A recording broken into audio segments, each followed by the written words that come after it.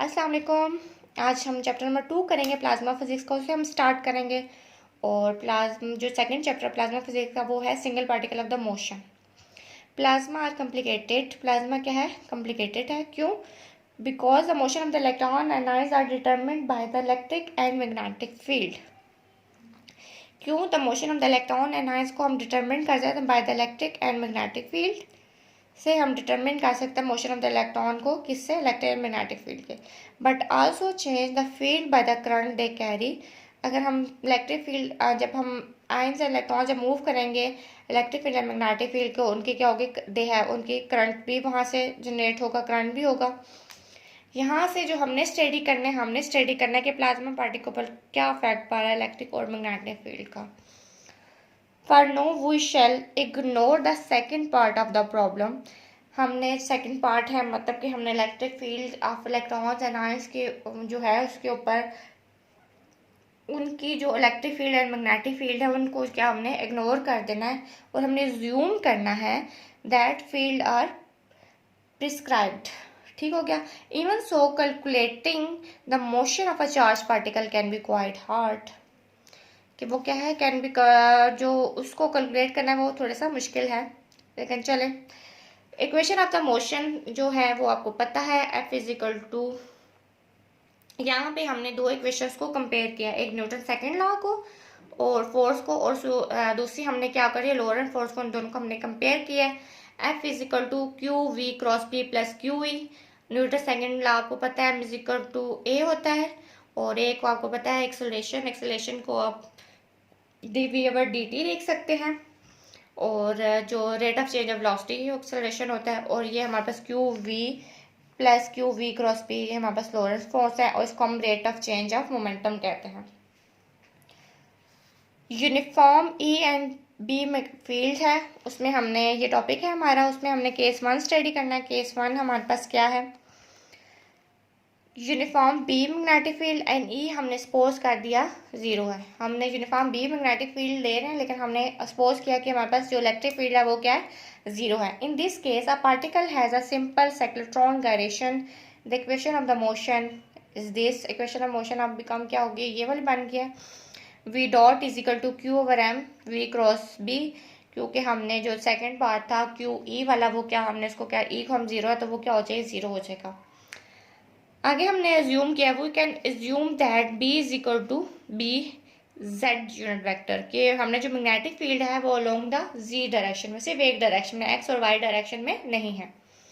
M V X dot is equal to Q V Y Y unit vector cross B Z Z unit vector.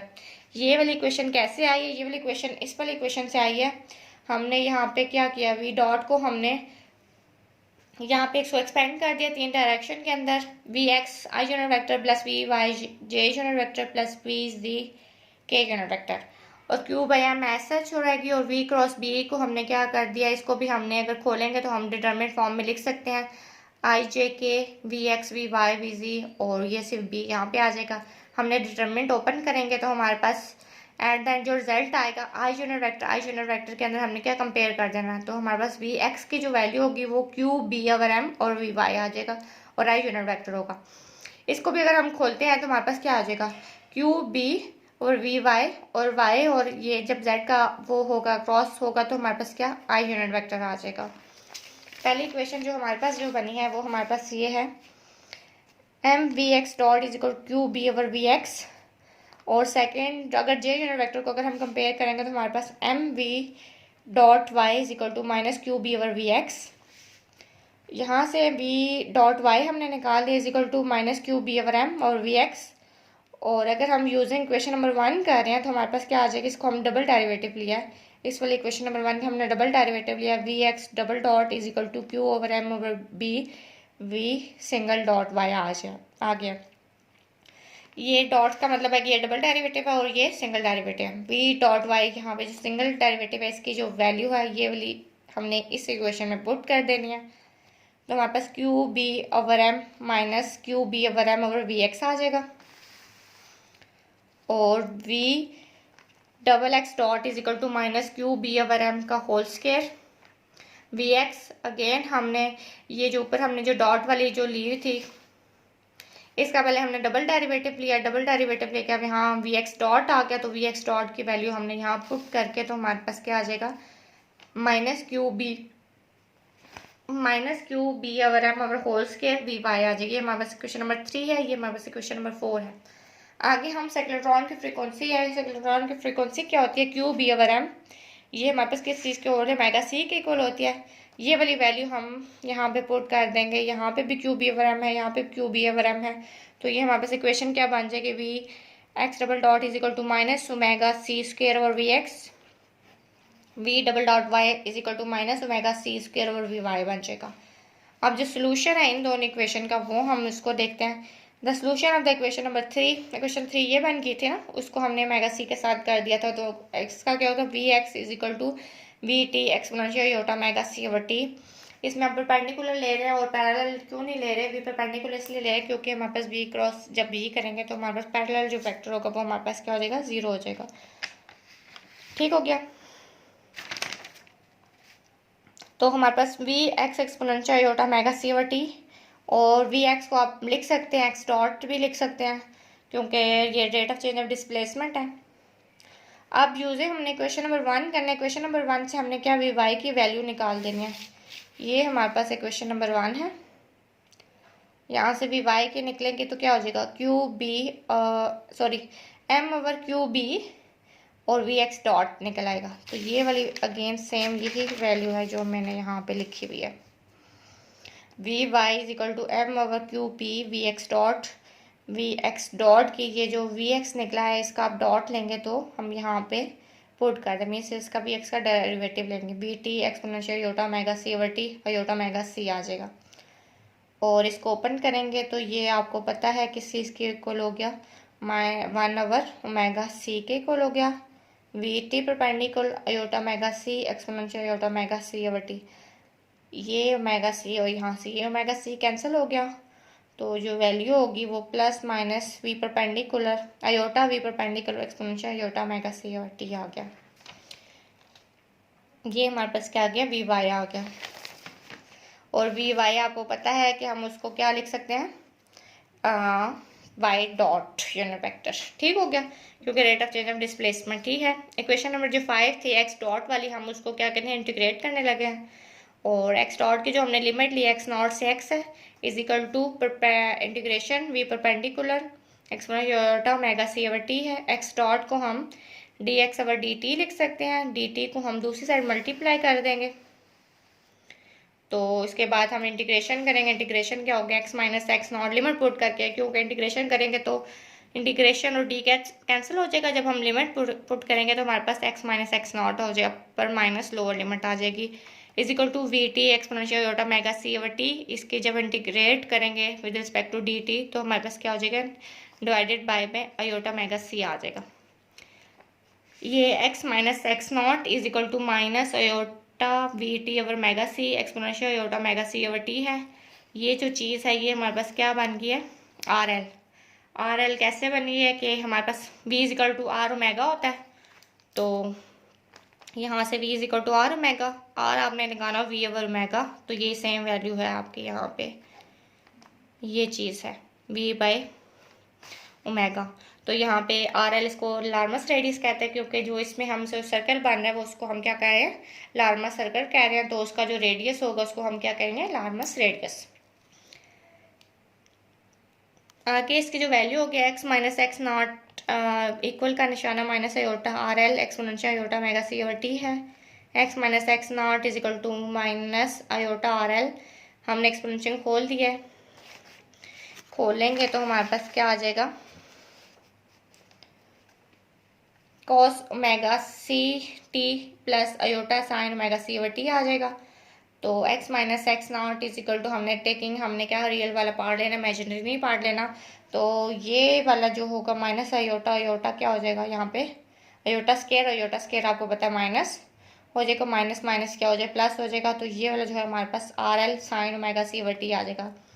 अब again हमने जो Y dot वाली जो value है उसको हम इंटीग्रेट करना है, वाई डॉट तो आपको पता है D Y over D T है, लिमिट सेम वही होगी वाई नॉट ओवर वाई है is equal to integration plus minus iota omega V T exponential आगे हमारे पास आयोटा मेगा सी ओवर टी है आ गया। डी टी को हम दूसरे साइड में मल्टीप्लाई कर देंगे तो ये चीज़ आ गई, ये चीज़ आ गई। और अगेन डी और ये इंटीग्रेशन कैंसिल होगा, लिमिट पुट करेंगे y minus pi naught is equal to plus minus iota V T over iota mega C exponential iota mega C over T. Iota iota से कैंसिल हो गया, we T over mega C आपको पता है किस चीज़ के होगा, आर एल के इक्वल हो जाएगा, जो पीछे B P is equal to R L से हमने किया हुआ है। Y minus Y not is equal to plus minus R L exponential iota mega C over T. Again हमने एक्सपोनेंशियल वाली टर्म्स को ओपन करना है, कॉस मेगा सी ओवर टी आ गया प्लस आयोटा साइन मेगा सी ओवर टी है, इसमें से हमने इसको मल्टीप्लाई कर देना और जो रियल पार्ट होगा उसको हमने ले लेना है, इमेजिनरी को हमने छोड़ देना है। Y minus Y naught plus minus R L cos mega सी ओवर टी है। अब हमने क्या करना है कि जो रियल वाले मतलब कि x माइनस एक्स नॉट वाली जो वैल्यू थी और y माइनस वाई नॉट की वैल्यू, इसको दोनों को स्केयर करेंगे और आप चेक करेंगे तो ये हमारे पास क्या इक्वेशन ऑफ वो बन रही है, सर्कल की इक्वेशन बन रही है। आगे ये हमारे पास है एक फिगर है, ये हमने आयन का सर्कल लिया हुआ है, ये हमने इलेक्ट्रॉन का लिया हुआ है और इन दोनों को जो मैच सेम पॉइंट है जो हम जिसको हमने गाइडिंग सेंटर कहा हुआ है और बी जो मैग्नेटिक फील्ड है वो हमारे पास क्रॉस का शो कर रही है। ठीक हो गया, क्रॉस को आपको पता होगा कि क्या होती है, आउटवर्ड ऑफ द पेज है। और ये आयन का हमारे पास क्यों बड़ा है सर्कल, क्योंकि हमारे पास आयन का जो मैस होता है वो क्या हमारे पास बड़ा है। ठीक हो गया, और आयन का मैस बड़ा है तो उसका क्या रेडियस भी बड़ा होगा। सेम इलेक्ट्रॉन का मैस कम है और तो इसका क्या होगा, रेडियस भी हमारे पास कम होगा। This describe a circular orbit a guiding circuit which is fixed. क्या हो गया, हमारे पास circular orbit of guiding circuit है जो कि हमारे पास क्या है, ये फिक्स्ड है। ठीक हो गया, ये फिक्स्ड हुआ हुआ है। आगे हम चलते हैं, the direction of gyration is always such that the magnetic field generated by the charge particle is opposite to the externally impose field. क्या होगी है, जो magnetic field of generate by the charge particle, जो charge particle जो magnetic field जो generate करेंगे वो क्या है, इज अपोजिट है to the externally impose field के, वो अपोजिट है एक्सटर्नली इम्पोज फील्ड के। तो क्या होगा, मतलब कि इन द रिजल्ट क्या होगा, एक दूसरे के मैग्नेटिक फील्ड क्या हो गया, कैंसिल आउट कर लेंगे। Plasma particles therefore tend to reduce the magnetic field and the plasma are diamagnetic material। आपको पता है कि वो क्या हो जाएगा, रिड्यूस कर देंगे मैग्नेटिक फील्ड को। तो जब हम, आपको पता होगा 3 टाइप का मटेरियल होते हैं, पैरा डाई और फेरो मैग्नेटिक फील्ड मैग्नेटिक होते हैं। पैरा और फेरो में क्या होते हैं, उन चीज़ को मतलब मैग्नेटिक फील्ड को एनहेंस कर रहे होते हैं। सिर्फ वाई डाई मैग्नेटिक है जिसमें वो मैग्नेटिक फील्ड को रिड्यूस कर रहे होते हैं। तो आपको पता हो गया कि जो प्लाज्मा मटेरियल है वो हमारे पास क्या है, डायमैग्नेटिक मटेरियल है। प्लाज्मा क्या है हमारे पास, डायमैग्नेटिक है। आगे चलते हैं, in addition to this motion there is an arbitrary velocity V Z along B which is not affected by B. क्या हो गया, वी जी को आपको पता है वो हमारे पास क्या, उसकी वैल्यू क्या है, क्यों हमने एक्स और वाई के लिया, तो जब हम बी जेड के डायरेक्शन में था ना, मैग्नेटिक फील्ड सिर्फ जेड के डायरेक्शन में, जब हम जेड को जब हम करेंगे तो हमारे पास m v g is equal to हमारे पास क्या, जीरो आ जाएगा। जब जीरो आएगा तो हम इसका जब डबल डेरिवेटिव लेंगे तो हमारे पास वी जी की वैल्यू क्या हो जाएगी, हमारे पास कॉन्स्टेंट हो जाएगी। जब कॉन्स्टेंट हो जाएगी तो इसका मतलब है which is not affect by the field. The trajectory of the charge particle in space is in general helix. The path of the charge particle space के अंदर है वो जनरली हेलिक्स होता है। हेलिक्स का आपको पता है किस तरह होता है, स्प्रिंग की फॉर्म में होता है, ये जस्ट लाइक दैट। ठीक हो गया, आई होप आप लोगों को आज का लेक्चर समझ आ गया होगा। अल्लाह हाफिज़।